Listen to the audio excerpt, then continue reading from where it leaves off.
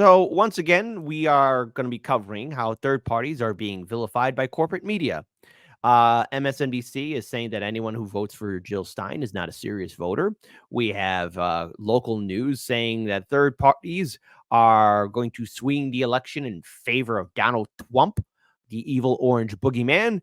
And now, of course, we have the Democrats being so desperate that when David Duke said he's endorsing Dr. Jill Stein, well, corporate media ran with it and said, oh no, David Duke is endorsing Jill Stein, which Jill Stein and her team quickly denounced and removed themselves away from. But because if you read corporate media titles, you're going to see it. And then automatically people are going to think that Dr. Jill Stein is associated with that guy. Because corporate media is stupid. And so is the vote blue, no matter whose sphere. Like liberals, look, here's the thing.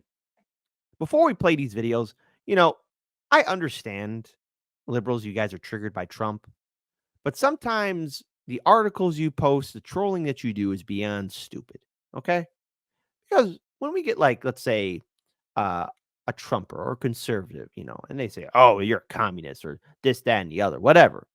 I see. The thing is, it's nothing compared to what you liberals spew out all the time, saying that third parties are a threat to democracy. Donald Trump's a threat to democracy.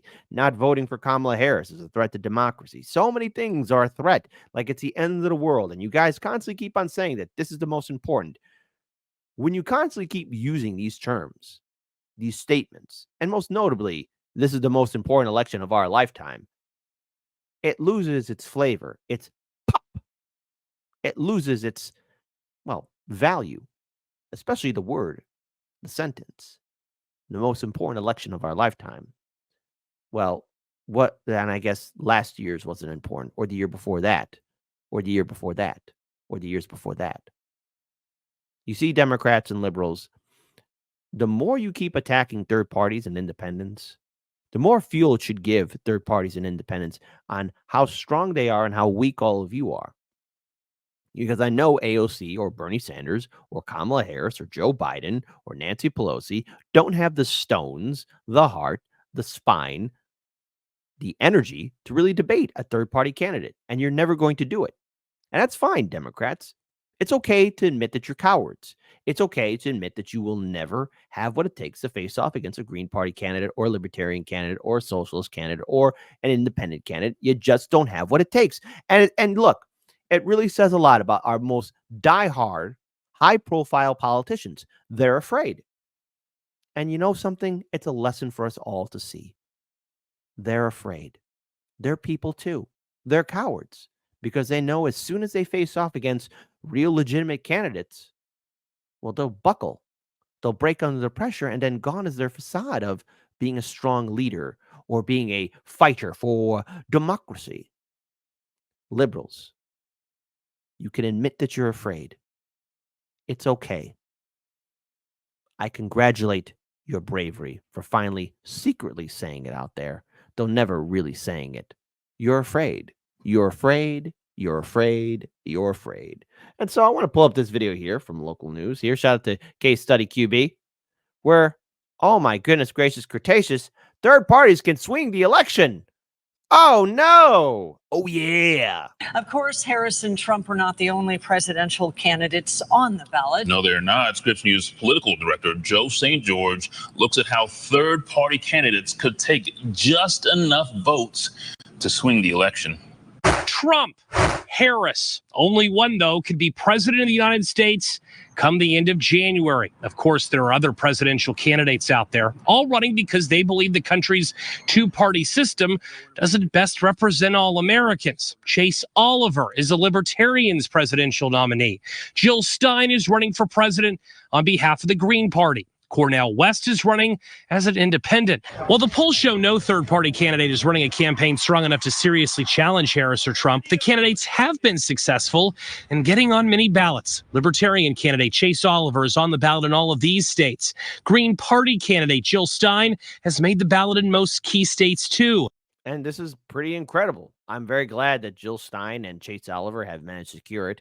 But if you notice this here real quick, folks, again, Jill Stein is apparently a write-in candidate for Illinois. I don't know about New York State.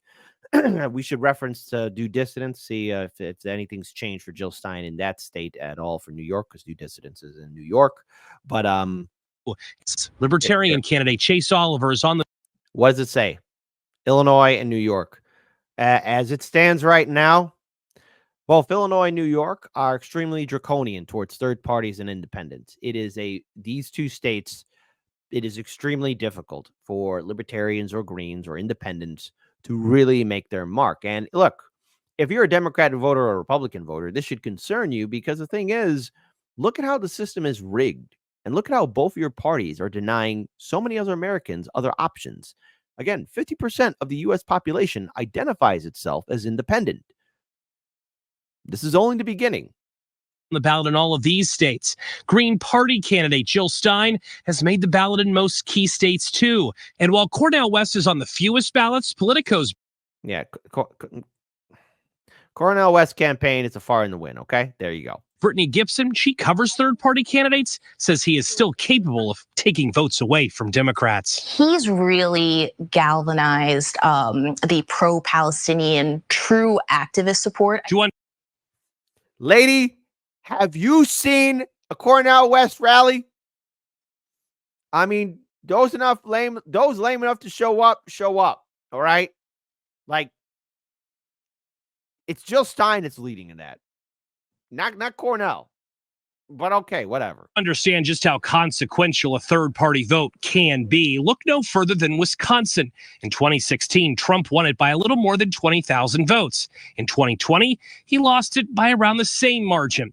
In 2016, over 100,000 Wisconsin voters cast a ballot for the Libertarian candidate that year, and over 30,000 cast a ballot for Jill Stein, who ran for president that year too. The Democratic National Committee is acutely aware of the impact third-party candidates may. Hold on. Tiberius Monk. I've seen more people at a Trader Joe's when they open for business than at a Cornell rally. Tiberius, be nice. I don't know what's wrong with my audience. Why you guys so mean? Where'd you learn this behavior from? Where did all you people learn this from? And by the way, one other thing I want to bring up here. They keep on bringing up 2016. I mean, liberals, not only are you scared, but you're like that annoying ex that constantly brings up the same old argument in a pointless fight that is no longer relevant, and you're still not letting it go. 2016 is over, man. It is 2024. You need it. That is like, are you incapable of moving on, Democrats? This says so much about you. This says so much about you, Democrats, and just how you just cannot let it go. Get over yourselves. Have this year. Last week, they launched this attack ad against Stein, which is airing in swing states. Stein was key to Trump's 2016 wins in battleground states. The biggest third-party question mark may involve someone who is no longer running for president. And yes, we've covered this before. Look, whatever your opinions are for RFK Jr., he dropped out. He endorsed Donald Trump. Now his name still remains on the ballot. And when he tried to get his name off the ballots, especially in key swing states in which Donald Trump needs to win, you're not going to believe this, folks. And I hope all of you are sitting down. You're going to be shocked, surprised. After fighting tooth and nail to remove RFK Jr. from the ballot before he endorsed Trump, now in some of these key swing states are like, oh no. Yeah, he can't be removed now. I wish there was something we could do about it. Oh no. It's like that scene from the Goodfellas, you know? When Joe Pesci's characters get popped. Yeah, we had an accident and there was nothing we could do about it. Yeah, you had an accident. Yeah, you're trying to remove RFK Jr.'s name off the ballot. And now you're saying that he can't do it. Now that he's endorsed Trump. And now they're going after Jill Stein. They're trying to remove her off the ballot. Democrats, you're trying to rig the system. And it shows me, again, everyone in my audience, if you get bullied by a liberal or one of these diehard vote blue, no matter who's sickle fans, one of these people telling you, if you don't vote for Kamala, you're helping Trump, call them cowards. Call them afraid. No, really, go all out. because no matter what the liberals do, they're showing the true colors. They are yellow belly. He lost it by around the same margin. In 2016, over 100,000 Wisconsin voters cast a ballot for the Libertarian candidate that year, and over 30,000 cast a ballot for Jill Stein, who ran for president that year too. The Democratic National Committee is acutely aware of the impact third-party candidates may have this year. Last week, they launched this attack ad against Stein, which is airing in swing states. Stein was key to Trump's 2016 wins in battleground states. The biggest third-party question mark may involve someone who is no longer running for president, Robert F. Kennedy Jr. He endorsed Trump weeks ago, but is still on the ballot in all of these states, including some swing states. A recent Wisconsin poll showed Kennedy still earning 3% support. Joe St. George, Scripps News, Washington. So yes, they want to remove RFK. They don't want to remove RFK Jr. off the ballot. They want to make sure that his name stays on there. But oh no, they can't remove him now. There's nothing they could do about it now. Oh no, Democrats, you're afraid. You're cowardly. And then you keep on trying to go after Dr. Jill Stein. Then you say RFK Jr. can't be removed off of certain ballots. I mean, Democrats, you have to make up your mind. Now, we all know Democrats and, yes, Republicans work together to deny third parties to be on the ballot, to be on the debate stage. It says a lot about their actions. Now, listen to these two big-brained individuals as they talk about how third-party voters, if you vote for Jill Stein, you're not a serious voter. Well, on behalf of my audience, F you, corporate media. The latest polling from the Wall Street Journal shows not just the dead heat. It also shows 6% of registered voters in battleground states are still undecided. How do you account for Trump still within striking distance in spite of all those who are not voting for him? Because there are millions of Americans who simply just don't take this election seriously. And oh, I take it seriously. And I'm laughing at the same time. I take this election extremely seriously. And then I also laugh because I hear people say, oh, this is the most important election of our lifetime. No, it's not. We got to stop Trump. We? No. Trump lives rent-free in your head. I got bigger things to think about, like my show, expanding my network, doing more collaborations, doing some more interviews. That's what I'm thinking about. Because after November 5th, after election night, I'm moving on. I won't care who sits in the White House, be it Kamala or Trump. And to me, I find the meltdowns hilarious. And then the panic about third parties. Oh, if Jill Stein remains on the ballot, she's going to take away votes from Kamala. Fine.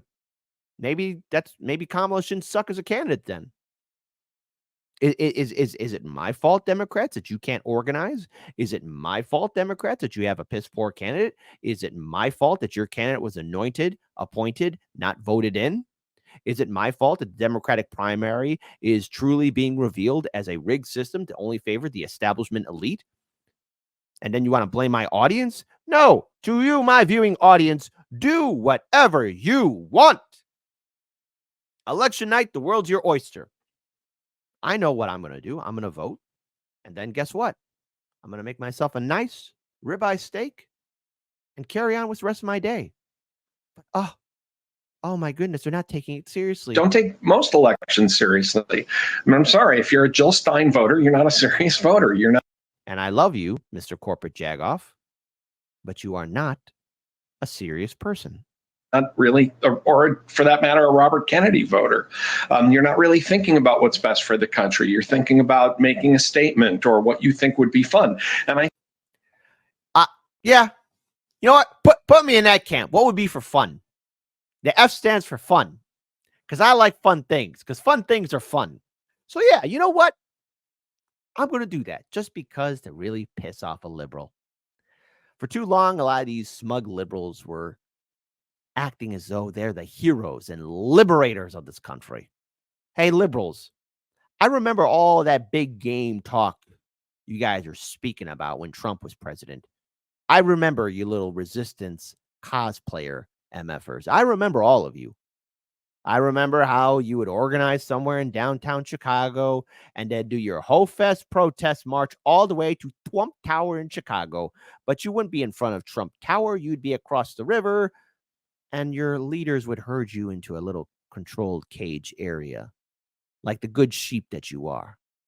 I remember all that big game talk, how you guys and gals would be in the streets for so many days if something happened to Roe v. Wade, or if ongoing wars still continue on. And when Biden got elected, well, where'd you go? Where did all you little punks go? Sorry, liberals, but I'm going to do this for fun now, just to piss you off.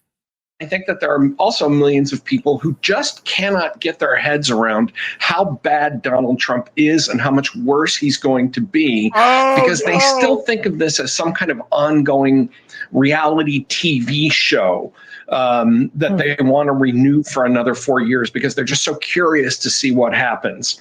And I think finally you have a group of people who just think that any candidate who seems to make millions of other Americans uncomfortable must be doing something right. They're not voting for something. They're not voting because of some policy. I mean, one of the things that's really striking about Trump voters is how much they don't care about policy. Actually, I've spoken to a few Trump supporters, and I've seen Do Dissidents interview a few Trump supporters, and I've seen a few other people in independent media interview Trump supporters. And, there is the standard of you have your more larger, TYTs, trying to talk down to Trump people. But if you've actually seen real serious interviews with Trump supporters and volunteers, I've seen a lot of them talk about policy. Yes, they do. Just like I've seen libertarians talk about policy, or Greens talk about policies, or socialists talk about policies.